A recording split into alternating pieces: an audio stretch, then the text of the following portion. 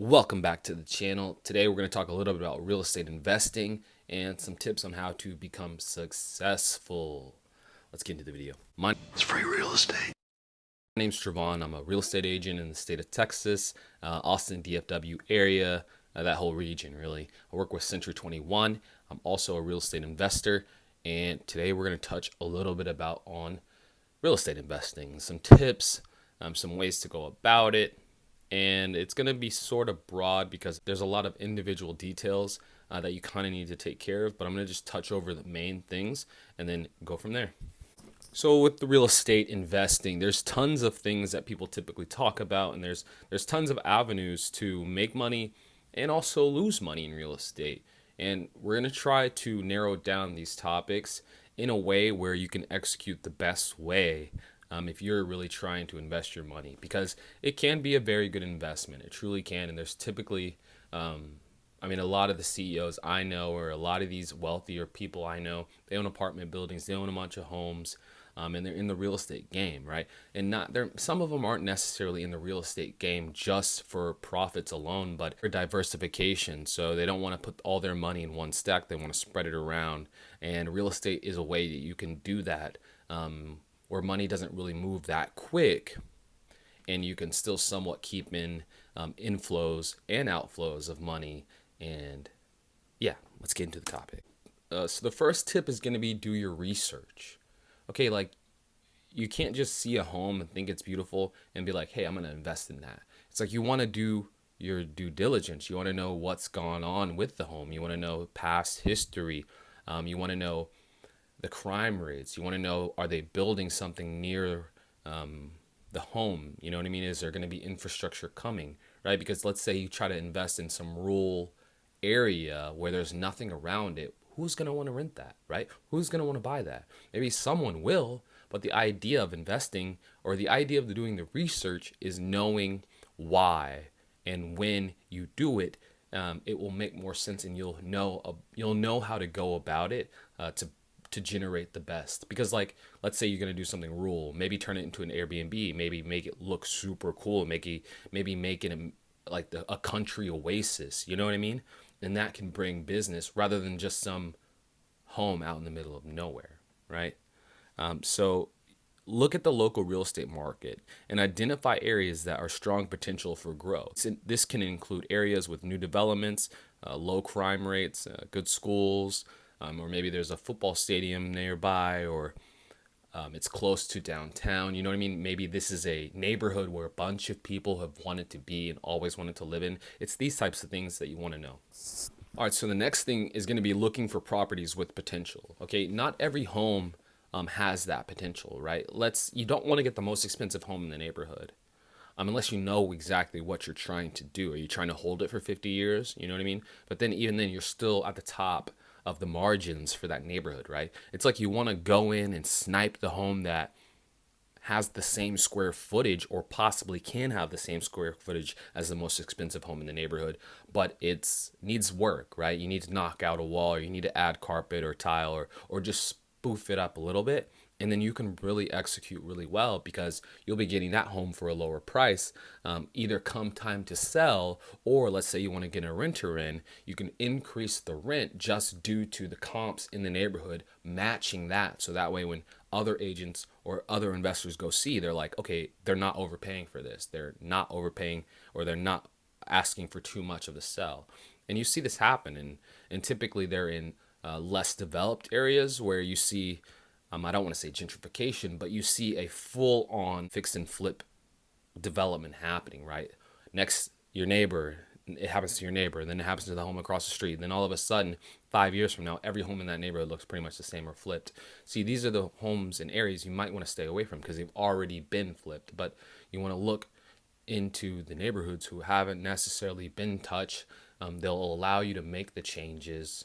And that way, you're not just stuck. You want to look for properties with potential. These can include properties that need a bit of work, but have the potential to increase in value once they're renovated. You can also look for properties with underutilized spaces, such as large yards or basements that can be converted into rental units. So let's say you find a home and it has enough space in the back to either build another smaller home or add an extension to the current home, that will give you more value when you buy that home. Sure, it doesn't look the way you want currently, but typically no one really moves into their dream home. They more or less create it, right?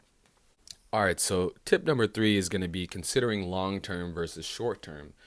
Are you trying to hold this home for, 7 to 10 years, or are you just trying to put in renters right now and generate that business? Or maybe you want to turn it into an Airbnb or rental home, you know what I mean?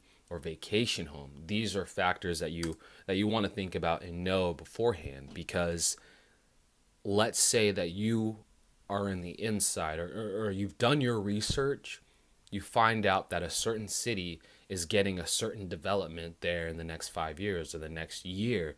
It could be beneficial to buy in that area and hold for that infrastructure to fill up around. And then all of a sudden, that value from, I don't know, 300K, just throwing out a number, turns to 370K, right? In a couple years, right? And with real estate, you're not necessarily seeing growth that happen.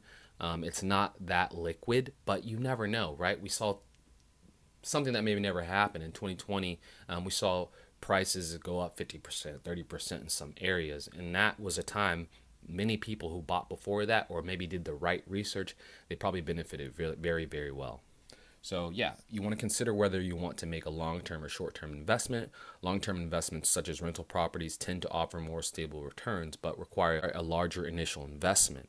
On the other hand, short-term investments such as flipping properties can offer high returns in a short amount of time, but also come with risks. And these risks are mistakes. What if you hire the wrong engineer? What if you hire the wrong contractor? Then all of a sudden you're holding this home for longer. Or what if you buy this home at the peak of the market and all of a sudden prices are dropping, but you've just paid full price because you didn't do your research? These are the things that you want to think about beforehand. And that's going to be tip number 3. And the fourth thing is going to be have a team. Have someone that is knowledgeable in real estate or in the financial field. That way someone can track your numbers, or maybe you can have someone that can help you not necessarily direct you to an area with growth, because as real estate agents, we can't just be like, yeah, that area is going to grow. Nobody knows, right? But there is a way to get potential properties, potential homes, potential revenue. I mean, typically, yes, if you do have that home for 5, 10 years, you will get equity, right? But what if a meteor comes, right? What if all of a sudden that city's water supply runs out, or you bought that lake property and that well or that lake dries out? That's no longer a lake property. You know what I mean? So it's these little things you want to have in mind beforehand. Or what if you buy a home and it's the perfect home, but it's in a flood zone, right? These are these little things that you might not think about. Or what if you buy a home and let's say it's a nice ranch, right? But there's no paved road, or there's no access to the road. Or maybe you try to look for land and it's landlocked, right? These are things you're going to want to know. And these are the types of things that a professional will help you kind of think about, make you question. Therefore, it will help your last and final decision when it comes to buying an investment property or home or parcel of land or apartment building, whatever. And you want to find the field, right? There's commercial real estate and then there's residential real estate. Commercial real estate is completely different than residential real estate. I would say commercial's much less emotional, and it's strictly numbers. It's strictly how many people are coming to the area. How often are they coming to the area? What is the potential for the next 10 to 5 years? Do we already have something that is showing us that people want to come to these areas? There's so many factors. And then residential is more or less, are these schools good? Are these schools going to work out for my kids? Or is this area safer than another area? Or does this area have communities or amenities, like things like this? So it's a little different, and you want to make sure that you know what exactly it is you want to do, and then go find the professional that can really help you in that field. All right, so that's going to do it for the video. Today we talked about real estate advice and investing, and the main thing is going to be do your research, okay? Know where you want to be. Is it going to be long term, short term? And then lastly, probably get a professional. Okay, this will keep most things in line, right?